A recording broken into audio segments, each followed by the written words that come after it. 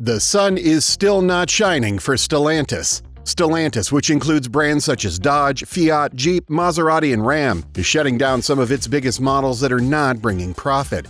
The automotive giant is going through major challenges of increasing inventory, layoffs, mechanical issues, decreasing profits, losing dealers, and whatnot. The company stakeholders now clearly hold CEO Carlos Tavares responsible for making hasty decisions.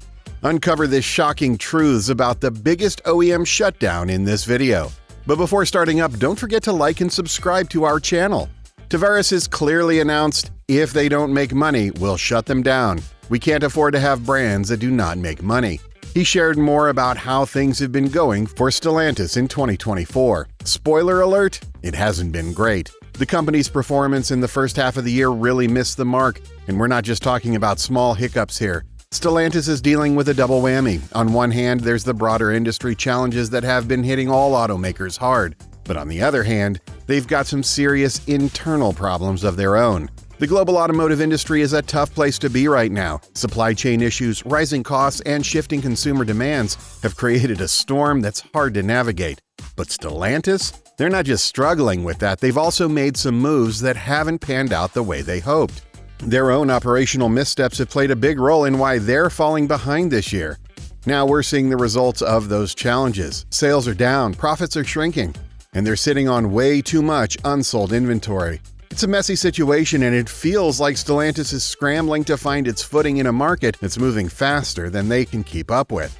Now, here's where things start to really heat up. Dealers are absolutely furious. Stellantis' North American dealers are not holding back anymore. They've actually sent an open letter to the company's top management, including CEO Carlos Tavares, and let's just say it wasn't exactly a love letter. The dealers are accusing the leadership of ignoring their warnings and making some seriously bad decisions. Decisions they believe are directly responsible for the company's current struggles. And it's not just the dealers who are upset. The United Auto Workers Union is also fed up and is threatening to strike again.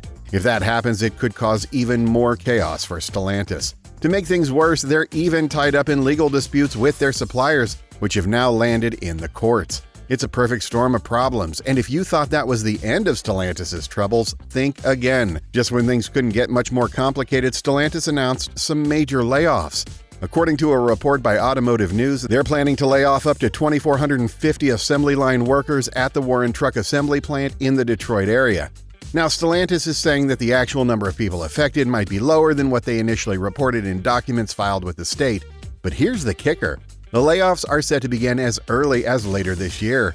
This is going to hit hard, especially with all the other issues they're facing right now. It just adds more fuel to the fire, with workers feeling uncertain and tensions already running high across the board.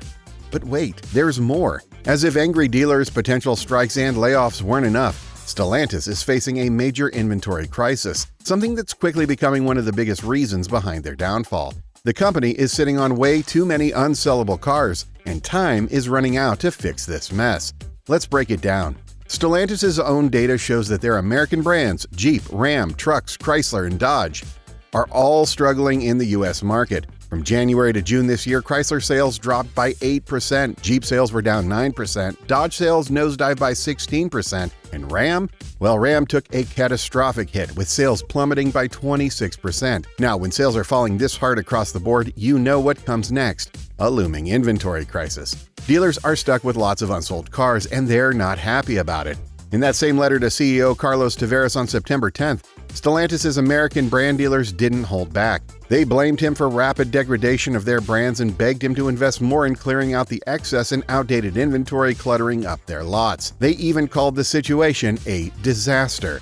And it's not hard to see why. According to an analysis by Car Edge, 6 out of the 10 slowest selling cars in the US belong to Stellantis. And get this.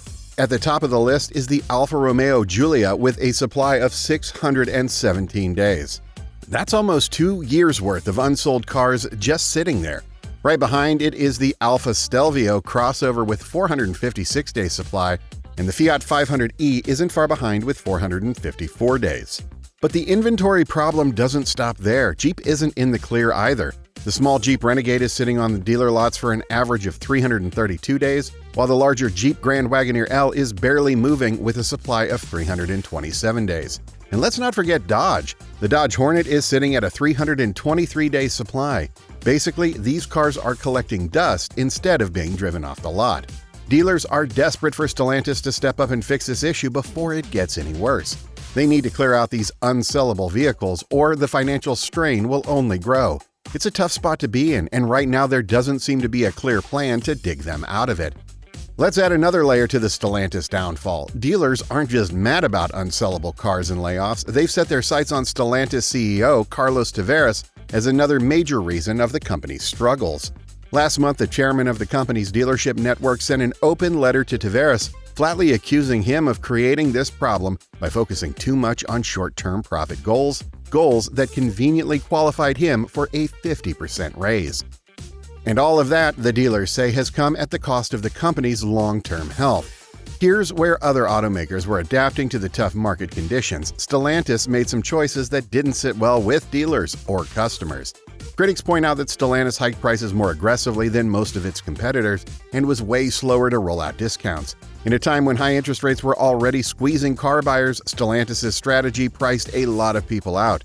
That left their cars sitting unsold, and well, you can guess the rest. To make matters worse, Tavares himself has admitted to making what he called arrogant mistakes during the company's investor day back in June. He promised to step up with more discounts moving forward, but he's also being pretty realistic, warning that the company's operating profit might be only around 7% this year. But the problems at Stellantis don't end there. Another big issue that's fueling frustration is the company's shift away from traditional engines. Stellantis recently rolled out the Hurricane twin-turbo inline-6 engine as a replacement for the much-loved V8s in several models. Now, this move is meant to improve fuel efficiency and lower emissions, which sounds good on paper. But here's the catch: both dealers and loyal customers aren't exactly thrilled. For fans of Dodge and Ram, especially those who have always associated these brands with raw muscle and serious power, this change feels like a downgrade. They're skeptical that this new turbocharged engine can deliver the same performance they've come to expect from their V8-powered vehicles. And let's be honest, when you think of Dodge or Ram, you think power under the hood, not fuel efficiency. So Stellantis is facing pushback on this front as well, with dealers worried that this shift could alienate a core group of buyers who love the classic, powerful engines. It's yet another challenge in a growing list of issues that the company has to deal with. So what do you think? Is Stellantis heading for a full-on collapse, or can they turn things around? We'd love to hear your thoughts. Drop a comment below and let's discuss what the future holds for these iconic brands. If you enjoyed this deep dive into the Stellantis downfall, don't forget to give this video a thumbs up. And if you're into all things automotive and want to stay updated on the latest industry news, make sure to hit that subscribe button and ring the bell so you never miss an update. Thanks for watching, and we'll catch you in the next video.